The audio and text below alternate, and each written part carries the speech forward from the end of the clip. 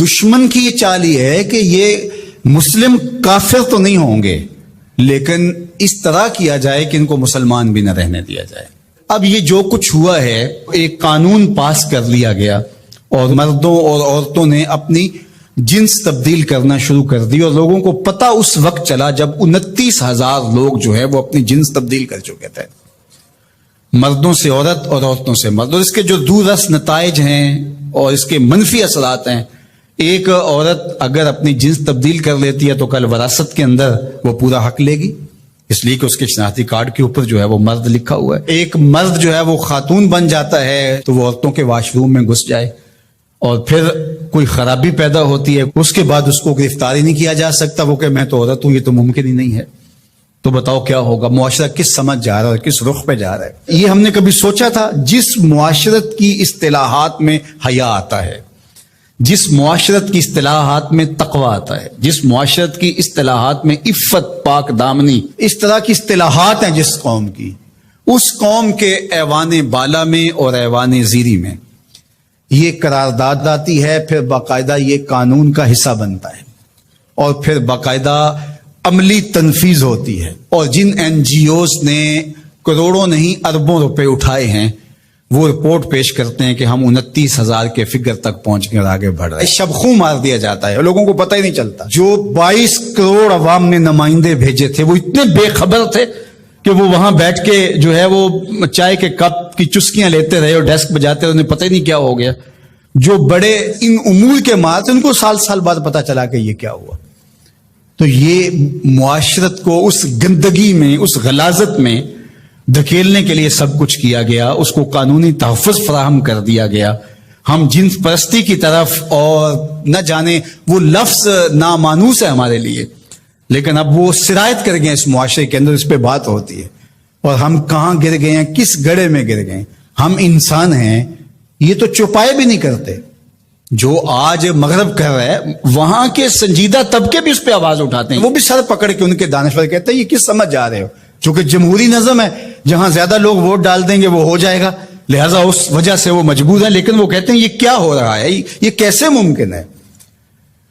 اللہ تعالیٰ نے قرآن مجید میں ارشاد فرمایا اولئک کالانعام بل ہم اضل، انسانوں کی اقدار سے برگشتگی اور ان کا اخلاقیات سے دور ہو جانا، اور اس کے نتیجے کو اللہ تعالیٰ بیان فرماتا ہے، تمثیل کے طور پہ چیز بیان فرمائی کہ یہ لوگ چوپائے ہو گئے ہیں۔ اولئک کالانعام، یہ چوپایوں کی طرح ہے۔ آگے فرمایا بل ہم اضل، بلکہ یہ چوپایوں سے بھی بدتر ہو گئے ہیں۔ آپ نے کبھی نہیں دیکھا ہوگا کہ کسی نر چوپائے نے نر چوپائے کے ساتھ جفتی کی ہو۔ جب جنسی خواہشات پیدا ہوتی ہیں تو وہ اپنی مادہ کو تلاش کرتا ہے، کبھی نر سے جفتی نہیں ہوا ہوگا، لیکن انسان جب اخلاقیات سے گرتا ہے تو وہ اتنا گندا اور بدتمیز ہو جاتا ہے کہ یہ تمیز بھی ختم کر دیتا ہے جو چوپائے بھی رکھتے ہیں۔ تو یہ ہے چوپایوں سے بھی بدتر ہو جانا، غلیظ گندا عمل قوم لوط اس کی زندگی کا حصہ بن جاتا ہے۔ اور بندے کے پلے بچتا کیا ہے، اس کے پاس رہتا کیا ہے جب وہ اتنا غلیظ ہو جائے؟ اس کی روح بھی زخمی ہو جاتی ہے، اس کا باطن اور ضمیر بھی داغ داغ ہو جاتا ہے جب اس کی نظر میں غلاظت آتی ہے، اچھی جائے کہ وہ عملی طور پہ غلاظت کے اس درجے پہ پہنچ جائے۔ تو یہ چوپایا نہیں قرآن نے کہا، بلکہ چوپایوں کے ہاں بھی ایک تہذیب کا درجہ ہے، اس کو کراس وہ بھی نہیں کرتے، لیکن یہ چوپایوں سے بھی بدتر ہو گئے۔ تو کیا جو چوپایوں سے بھی بدتر ہوں گے اس کا تتبع کریں گے؟